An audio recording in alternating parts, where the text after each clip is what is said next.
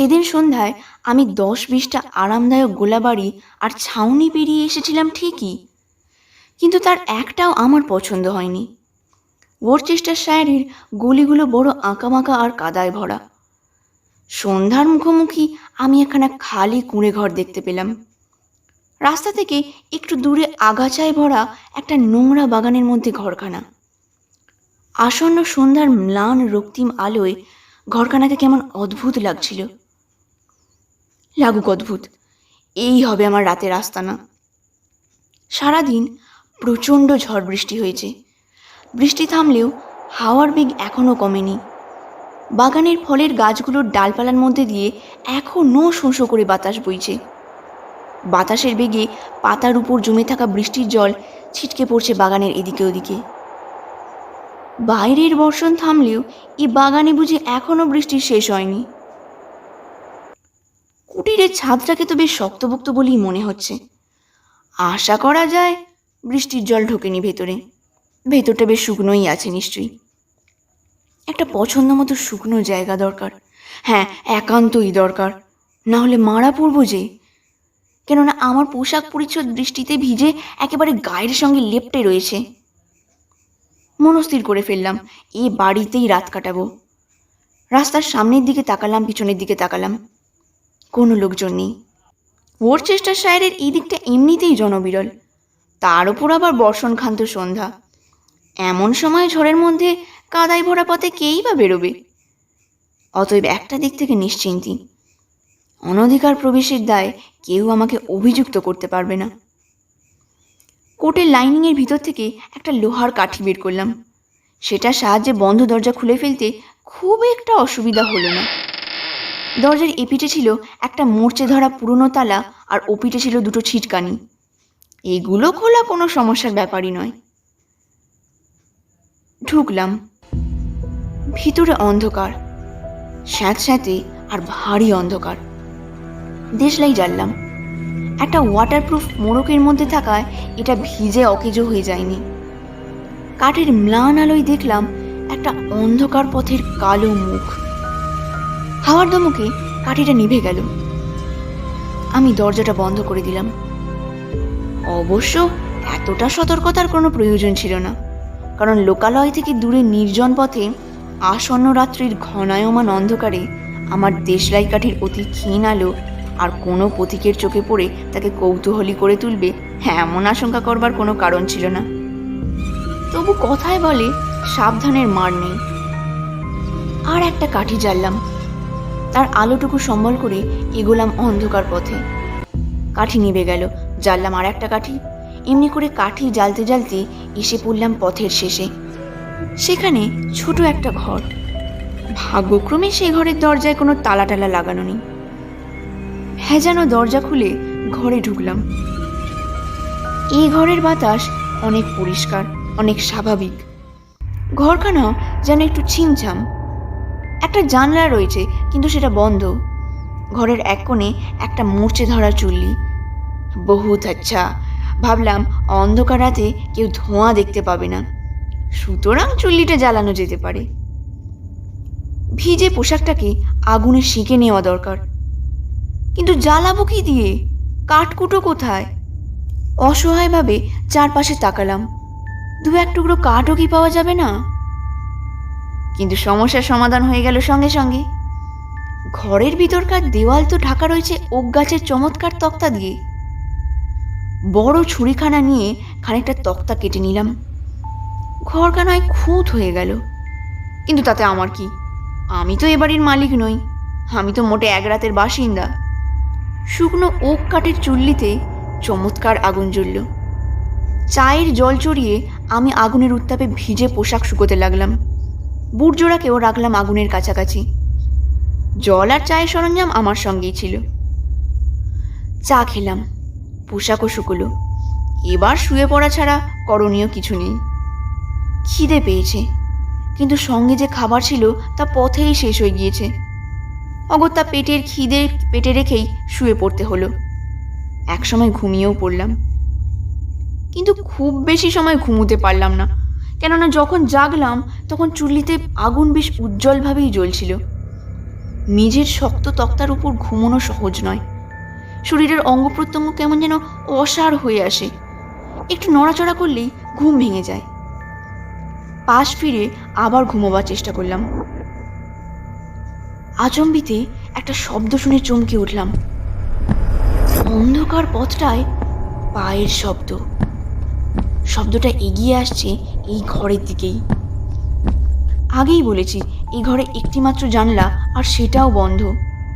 যে দরজা দিয়ে আমি এই ঘরে এসেছি সেটি ছাড়া আর কোনো দরজাও নেই। ঘরের মতো কোনো আলমারি বা কাবার্ডও নেই যেখানে লুকোনো যায়। বাড়ির মালিক আসছে মনে হয়। এখন আমি পালাই কি করে? আমি তো হাতে নাতে ধরা পড়ে যাব। কিন্তু এই অবস্থার মুখোমুখি হওয়া ছাড়া আমার সামনে তো দ্বিতীয় কোনো পথ খোলা নেই। বাড়ির মালিক নিশ্চয়ই অনধিকার প্রবেশের দায়ে আমাকে অভিযুক্ত করবে। তার অর্থ যে কি তা আমার অজানা নয়। আমাকে আবার ওর চেষ্টার জেলে ফিরে যেতে হবে। অথচ এই তো সবে 2 দিন হলো আমি সেই জেল থেকে খালাস পেয়েছি। সেখানে ফিরে যাবার ইচ্ছে আমার আদৌ নেই। আগন্তুকের কোনো তাড়াহুড়ো নেই। সে বেশ ধীরে সুস্থে অন্ধকার পথ ধরে এগিয়ে আসছে। দরজার ফাঁক দিয়ে বাইরে আলো পড়ছে। আলো দেখেই লোকটি বোধহয় এগিয়ে আসছে এই ঘরখানার দিকে।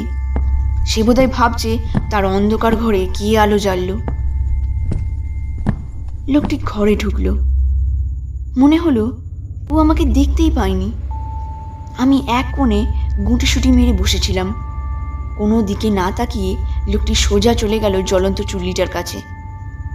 জলে ভেজা ঠান্ডা হাত দুখানা গরম করতে লাগলো আগুনের তাপে। সত্যি সাংঘাতিক ভিজেছে লোকটা। ওর সমস্ত শরীর থেকে ঝরঝর করে জল পড়ছে। স্বীকার করি, আজকে সারাদিন প্রচণ্ড ঝড় বৃষ্টি হয়েছে। সন্ধ্যার আগে একটু থেমে আবারও শুরু হয়েছে ঝড় বৃষ্টি। কিন্তু এরকম বৃষ্টি ঝরা রাতেও বা লোকে এরকম ভিজে যায় কি করে? লোকটার পোশাক পরিচ্ছদ পুরনো আর জীর্ণ। ওর সমস্ত শরীর থেকে জল ঝরে পড়ছে ঘরের মেঝেতে। লোকটার মাথায় টুপি নেই, চুল ভিজে সপসপে। চুল থেকে জল ঝরে পড়ছে চুল্লির জ্বলন্ত কাঠের উপর। একটা হিস হিস শব্দ হচ্ছে। সে শব্দের মধ্য দিয়ে ফুটে উঠছে যেন একটা অন্ধ আক্রোশ, একটা দুর্বোধ্য অসুয়া। বুঝলাম লোকটি মোটেই একজন আইন মেনে চলা সুনাগরিক নয়। ও আমার মতোই একজন ভবঘুরে, পথের ভদ্রলোক। সুতরাং একই পথের পথিক আমরা। একটু হেসে ওকে সম্ভাষণ করলাম। কি মশাই, আপনিও কি রাতের আশ্রয়ের খোঁজে?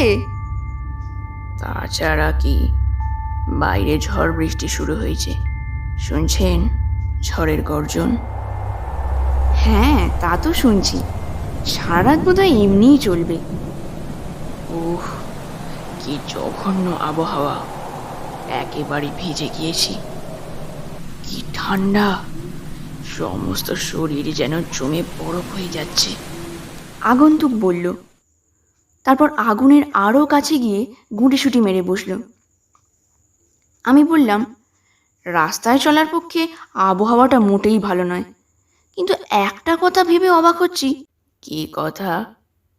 আমাকে শেষ করতে না দিয়ে আগন্তুক প্রশ্ন করল। ভাবছি, এ বাড়িখানা পরিত্যক্ত কেন? এখানে মাঝে মাঝে লোকজন তো আসতে পারে, কেননা পুরনো হলেও এ বাড়িখানা এখনো বাসের অযোগ্য হয়ে ওঠেনি। বাইরে ঝড়ের গর্জন বেড়ে গেল।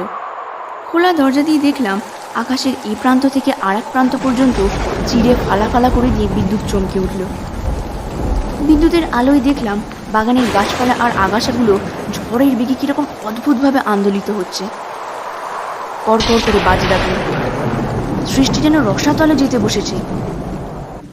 একটা সময় ছিল যখন এমন একখানা চমৎকার সুন্দর কুটির বা এরকম সুন্দর বাগান আর এ তল্লাটে ছিল না। আর এখন এখন কোনো লোক এখানে থাকে না। কোনো পথ ভোলা পথিক বা ভবঘুরেও রাত্রিবাস করে না এখানে। খসখসে গলায় আগন্তুক বলল। কিন্তু কেন? আমি প্রশ্ন করলাম। আমার কথার কোনো জবাব না দিয়ে আগন্তুক বলতে লাগলো, আর আজ ভিখারিরা পর্যন্ত এ বাড়িতে রাত কাটায় না। যেসব পোড়ো বাড়িতে ভিখারিরা রাত কাটায়, সেখানে ছড়িয়ে ছিটিয়ে থাকে তাদের ছেঁড়া খোড়া পোশাকের টুকরো, খাবারের অবশেষ। এখানে কি সেরকম কিছু দেখতে পাচ্ছেন? না, কিন্তু বাড়িখানার এরকম হাল হলো কি করে? আমি আবার প্রশ্ন করলাম। হানা বাড়ি, বুঝলেন মশাই? এ বাড়ি হলো হানা বাড়ি। হানা বাড়ি? দীর্ঘ নিঃশ্বাস ত্যাগ করলো লোকটি। শ্বাস ফেলতেও যেন ওর কষ্ট হচ্ছে। আপনি দেখছি এ বাড়ি সম্বন্ধে অনেক খবর রাখেন। ব্যাপারটা জানা থাকলে খুলে বলুন না মশাই। ভূত? এ বাড়িতে নাকি ভূতের উপদ্রব? লোকটা এ বাড়িতেই থাকতো। সে এক মহা দুঃখের কাহিনী। সব কথা আপনাকে বলবার প্রয়োজন নেই। এটুকু বললেই যথেষ্ট হবে যে হতভাগ্য লোকটিকে শেষে মিলের পুকুরে ডুবে আত্মহত্যা করতে হলো। ওকে যখন পাড়ে তোলা হলো, তখন ওর মৃতদেহটা জলের ওপর ভাসছে। দেহটার ওপর অতি সূক্ষ্ম পাতলা ও পিছল মাটির একটা আস্তরণ পড়ে গিয়েছে। আঠালো মাটির গায়ে আটকে ছিল জলের পানা আর শ্যাওলা। মরবার পরও নাকি লোকটাকে দেখা গিয়েছে। গাঁয়ের অনেকেই দেখেছে তাকে। মৃত মানুষটা যেন ক্লান্ত পায়ে হেঁটে যাচ্ছে পুকুরের পাড় দিয়ে। ওকে বেশি দেখা গিয়েছে স্কুলের মোড়ে ছেলের জন্য অপেক্ষা করতে। ও বোধহয় ভুলেই গিয়েছে যে ছেলে বা ওর পরিবারের কেউ আর বেঁচে নেই। বসন্ত রোগে সবাই মারা গিয়েছে, আর এই জন্যই ও জলে ডুবে আত্মহত্যা করেছে। পরিবারের সবাই মারা যাবার পর লোকটা আর বাইরে বেরোতো না, বাড়ির মধ্যেই ক্রমাগত পায়চারি করত। মরার পরও তার পায়চারি বন্ধ হয়নি। এখনো নাকি তার অশান্ত আত্মা দেহ ধারণ করে ঘুরে বেড়ায় এই বাড়ির মধ্যে। লোকটা জলে ডুবে আত্মহত্যা করেছিল। এখন সে ঘুরে বেড়ায়, কেবলই ঘুরে বেড়ায়। হানা দেয় তার একদা বড় সাদের বাগান ঘেরা বাড়িতে। আগন্তুক আবার দীর্ঘ নিঃশ্বাস ত্যাগ করল। সে একটু নড়ে চড়ে বসতেই তার বুট জোড়ার মধ্যে জলের পঁচ পঁচ শব্দ শুনতে পেলাম। কিছুক্ষণ দুজনেই চুপচাপ। বাইরে ঝমঝম করে বৃষ্টি পড়ছে, শোনা যাচ্ছে ঝোড়ো হাওয়ার হুঙ্কার। হাজার হাজার অদৃশ্য ক্রুদ্ধ দানব যেন দারুণ আক্রোশে ঝাঁপিয়ে পড়ছে এই ছোট্ট কুটিরখানার ওপর। বাড়িখানাকে যেন ওরা উড়িয়ে নিয়ে যেতে চায় বহু দূরের দানব লোকের পথে। বিদ্যুৎ চমকাচ্ছে, আর সঙ্গে সঙ্গে শোনা যাচ্ছে বজ্রের ক্রুদ্ধ গর্জন। শেষ পর্যন্ত নীরবতা ভেঙে আমি বললাম, আমাদের কিন্তু কুসংস্কারাচ্ছন্ন হলে চলবে না। অলীক ভূতের ভয়ে আমরা যদি এবারের আশ্রয় ছেড়ে চলে যাই, তবে এই দুর্যোগের রাতে খোলা আকাশের নিচে জল কাদা পড়া রাস্তাতেই আমাদের রাত কাটাতে হবে। না না, এ বাড়ি ছেড়ে যাব কেন? ওসব ভুতুড়ে হানার গাল গল্প আমি বিশ্বাস করি না। হেসে বললাম, আমিও না। শুনি কম লোকে নাকি ভূত দেখে, আমি কিন্তু কোনোদিন ভূত দেখিনি। আগন্তুক তাকালো আমার দিকে। ও দৃষ্টি কি অদ্ভুত, কি বিষণ্ণ। মুহূর্তকাল চুপ করে থেকে সে বলল, দেখেননি? আপনার বোধহয় ধারণা ভবিষ্যতেও কোনোদিন ভূতের সঙ্গে আপনার মোলাকাত হবে না। ভালো ভালো। কোনো কোনো লোক তো সারা জীবনেও ভূতের দেখা পায় না। গরিব মানুষের বাড়িতে টাকা পয়সা না থাকাটাই একটা দারুণ কষ্টকর ব্যাপার। তার ওপর যদি আবার ভূতের ভয় দেখাতে শুরু করে, তবে তো চমৎকার। ভূত নয়, পুলিশের লোকেরাই আমার ঘুমকে অস্বস্তিকর করে তোলে। আমি বললাম, পুলিশ আর পরের ব্যাপারে অহেতুক নাক গলানো লোকদের জন্যে আজকাল রাতের বিশ্রাম পাওয়াটা খুব শক্ত হয়ে উঠেছে। লোকটির জীর্ণ পোশাক থেকে তখনও জল ঝরে পড়ছিল। ঘরের মেঝেটা ভেসে যাচ্ছিল সেই জলে। ওর গা থেকে কেমন স্যাঁতস্যাঁতে ভেজা ভেজা গন্ধ আসছিল। আরে মশাই, এতক্ষণ আগুনের পাশে বসে আছেন, এখনো আপনার পোশাক শুকালো না? গা আর মাথা থেকে তো দেখছি এখনো সমানে জল ঝরছে। শরীর শুকোতে আপনার আর কতখানি তাপ লাগবে? বেশ অবাক হয়ে আমি প্রশ্নটা করলাম। শুকোতে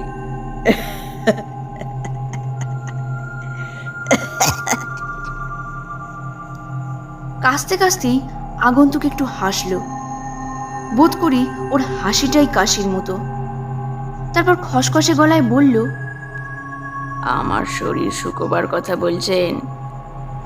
না মশাই, আমার শরীর কোনোদিনই শুকোবে না। কি করে শুকোবে? আমার মতো যারা, তাদের শরীর চিরকালই ভেজা থাকবে। তাদের শরীর থেকে চিরদিনই জল ঝরবে। কোনো দিন আর শুকনো হতে পারবে না তারা। বৃষ্টি, রোদ্দুর, শীত, গ্রীষ্ম যাই হোক না কেন, তাদের অবস্থার কোনো পরিবর্তন হবে না। বিশ্বাস হচ্ছে না? দেখুন তবে। লোকটা তার কাদামাখা হাত দুখানা ঢুকিয়ে দিল চুল্লির আগুনের মধ্যে, কবজি পর্যন্ত ঢুকিয়ে দিল। তারপর ভ্রুকুটি করে এক দৃষ্টে তাকিয়ে রইল জ্বলন্ত আগুনের দিকে। ওর চোখের দৃষ্টি ভয়ঙ্কর। এই যে বদ্ধ উন্মাদের দৃষ্টি, না না, এ দৃষ্টি অমানসিক, এ দৃষ্টি অপার্থিব। মুহূর্তের মধ্যে সমস্ত ব্যাপারটা যেন আমার কাছে স্পষ্ট হয়ে উঠল। আমার মেরুদণ্ডের মধ্যে দিয়ে বয়ে গেল আতঙ্কের তুহিন শীতল স্রোত। গলা চিরে বেরিয়ে এলো এক নিদারুণ আর্তনাদ। বুট জোড়া হাতে নিয়ে আমি এক ছুটে বেরিয়ে এলাম ঘর থেকে। কি করে যে অন্ধকার পথ আর বাগান পেরিয়ে বাইরের রাস্তায় এসে পড়লাম তা বলতে পারি না।